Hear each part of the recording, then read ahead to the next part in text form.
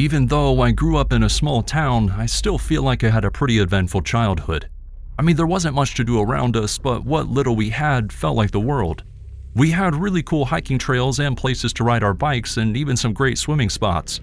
But one thing in our area that affected every generation that grew up there was the creepy abandoned motel that was just on the outskirts of the town. Now, as an adult, I can be almost certain that the motel wasn't actually haunted. But at some point in all of our lives, we believed that it was truly a place that had a dark essence within it.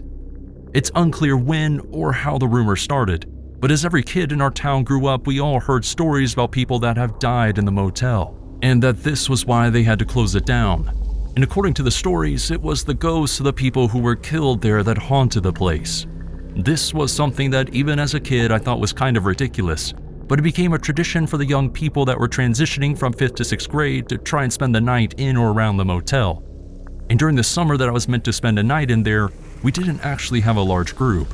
It was just me and my 2 friends who actually decided that we would stay there. We figured that it would be just like camping, especially since we were sure that nothing was going to happen to us. I'll tell you what though, we definitely ate our words that night. It was about 2 weeks before school started back up.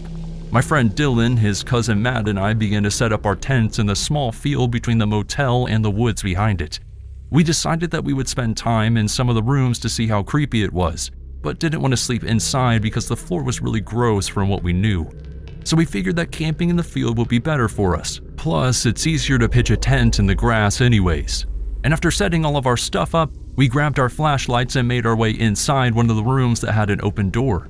The room smelled horrible, and you could see mold growing everywhere from the rainwater that had managed to get inside. So we ended up moving on from that room really quickly. As we made our way around the motel, we noticed that it was getting really dark really quickly, and figured that we should be extra careful when walking around. We started to shine our flashlights more toward the ground so we could see where we were walking, and that's when I first heard it. As soon as my eyes weren't facing forward and I was looking down, I noticed a tapping sound that seemed like it was coming from the balcony railing on the floor above us.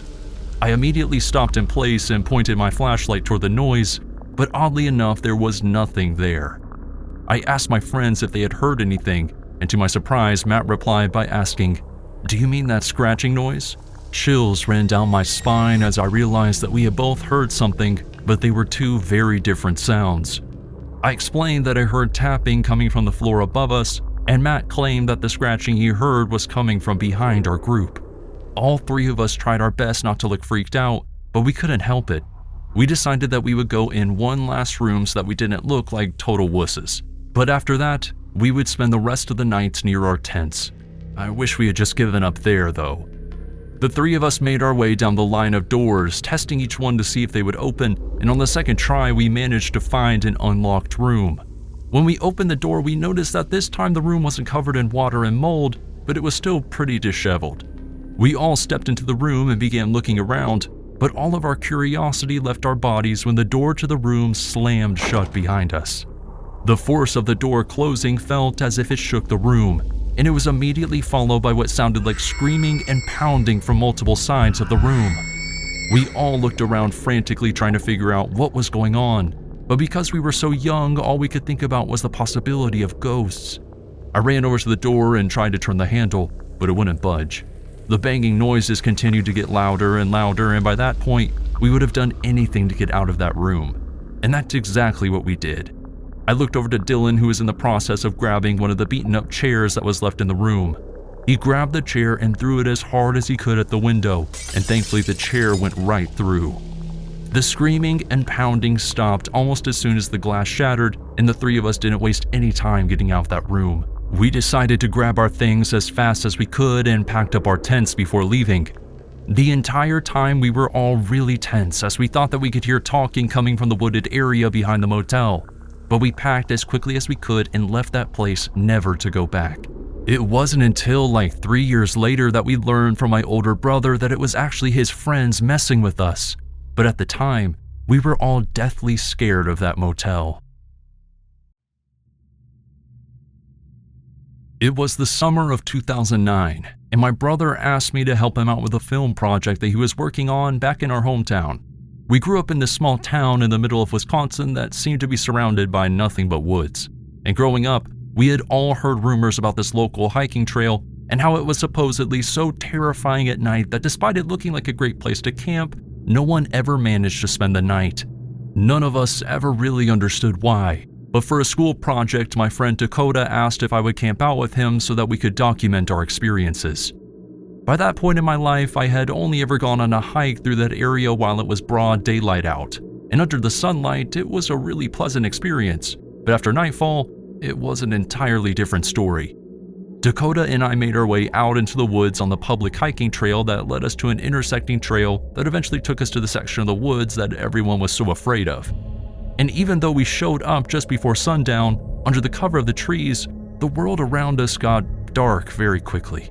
We both had our flashlights on us, which made setting up our two-person tent pretty easy even though there was hardly any visibility. And before long, we had a fire going to relax around. Dakota pulled his camera out and began filming the area through a night vision lens as the two of us just told stories about the town and the people that we grew up with. Honestly, it started out as a pretty pleasant night, but in a matter of seconds, that all changed. The two of us were sitting enjoying the heat cascading from the bouncing flames when all of a sudden, we heard a loud crashing sound followed by heavy breathing. And before either of us had a chance to react, a large buck came crashing out the tree line and ran almost right through our fire pit. As the buck ran out of our camp, the two of us stood up and looked at each other. I had never been that close to a deer before, and what made things even stranger was that it seemed to almost have no interest in us at all. The two of us tried to calm ourselves down a bit and laugh the situation off, but before we could even get back down in our seats, we heard the sound of something crunching in the distance. It sounded as if something had stepped on a small branch or stick, and because I was afraid that it was a bear or something, I immediately reached for the flashlight that was sitting beside my chair and pointed it in the direction of the noise.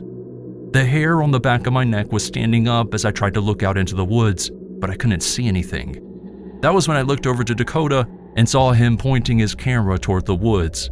I asked him if he could see anything, but he didn't answer. I snapped my fingers to get his attention, and without saying anything, he just looked at me and passed his camera over. I grabbed it and then used the night vision function to look out into the woods, and what I saw almost made me jump right out of my seat. Standing what looked like 30 feet away from us was a figure that appeared to be standing upright. Now we can't confirm this, but to both of us, it looked like a man peering out from behind a tree. "What do we do?" Dakota asked quietly. We both knew that we were too afraid to call out to whoever was watching us from the forest around us, but we knew that we couldn't let them keep doing it either. Since neither of us could muster up the courage to call out for them though, we both decided that we should just leave. We figured that we could leave our gear in the woods and come back for it in the morning. All we really needed was our car keys, flashlights, and Dakota's camera equipment. We gathered as much as we could without moving too much so we could keep our focus on the man behind the tree. But when the time came, all we could do was stand from our seats, douse the fire with water, and run as fast as we could to the car. As soon as the water hit the fire, I remember clear as day the sound of whoever it was moving through the woods. Dakota and I could hear the sound of the sticks crunching underneath him as he took a step forward. That was when the two of us booked it, and we didn't stop running until we reached the parking lot at the end of the public trail. We showed multiple people around town the video that Dakota got on his camera, and no one can say that they recognized the green blur that we saw, but almost everyone agrees that it looked like a person that was out in the woods with us that night. One of the few cool things that the town that I grew up in ever did was host an annual harvest festival for the town, where everyone set up booths to sell products from their farms. It was usually a very wholesome experience, and as a kid, the games that they had there were always a blast. Even the hayride was fun from time to time, even though it was basically just riding around the town in the back of a pickup truck with hay in it. Sadly, as many of the good memories came from the Harvest Festival, there's still one that haunts me to this day and will probably stick with me for the rest of my life. I was 9 years old, and it was the first year that I had been allowed to wander off by myself. Mind you, my parents were still very close by, but I was able to go to any booth without asking their permission or needing them to follow me. The first place I went to was the fudge booth, where I promptly spent all of the money that my dad had given me, and then I immediately turned around to look for my parents to see if I could squeeze a few more bucks out of them. But when I looked around, at first glance I couldn't see them. I started walking around and looking past as many groups of people as I could to see if I could spot my dad's Mets hat or my mom's big red glasses that she was wearing, but for some reason, I couldn't find them.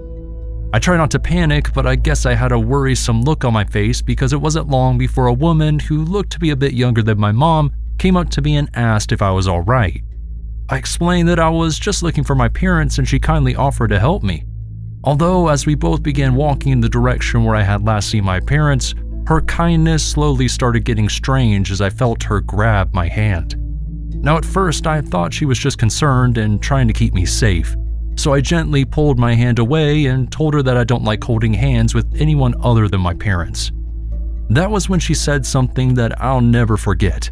She said, "I could be your mom," and then tried to laugh it off as a joke. But even as a 9-year-old, I could tell that something was wrong. I slyly tried to walk away from the woman as I continued to look for my mom because I was getting really uncomfortable at that point. And when I started walking in practically the opposite direction of the woman, she called out for me and said that she saw my parents. I looked back at her and saw her pointing toward the cars on the side of the road on the outskirts of the Harvest Festival. I looked over to see my parents, but I still couldn't seem to find them. But before I could call back to the lady, she had already stepped toward me and began to basically drag me away from the crowd of people toward the cars. I thought something was wrong, but I just assumed that she was still trying to help and ended up giving in and walking with her toward the car. Thankfully, that was when I heard my name called out from behind me, and when I looked, I could see my dad running over to me from the crowd of people behind us. I looked back up to the lady who I thought was helping me, and I'll never forget the angry look that she had on her face before she let go of me and took off running. She didn't have to go far though, because it seemed like she was actually leading me to her car and not my parents'. Who knows what would have happened to me if my dad hadn't seen her trying to pull me away from the Harvest Festival.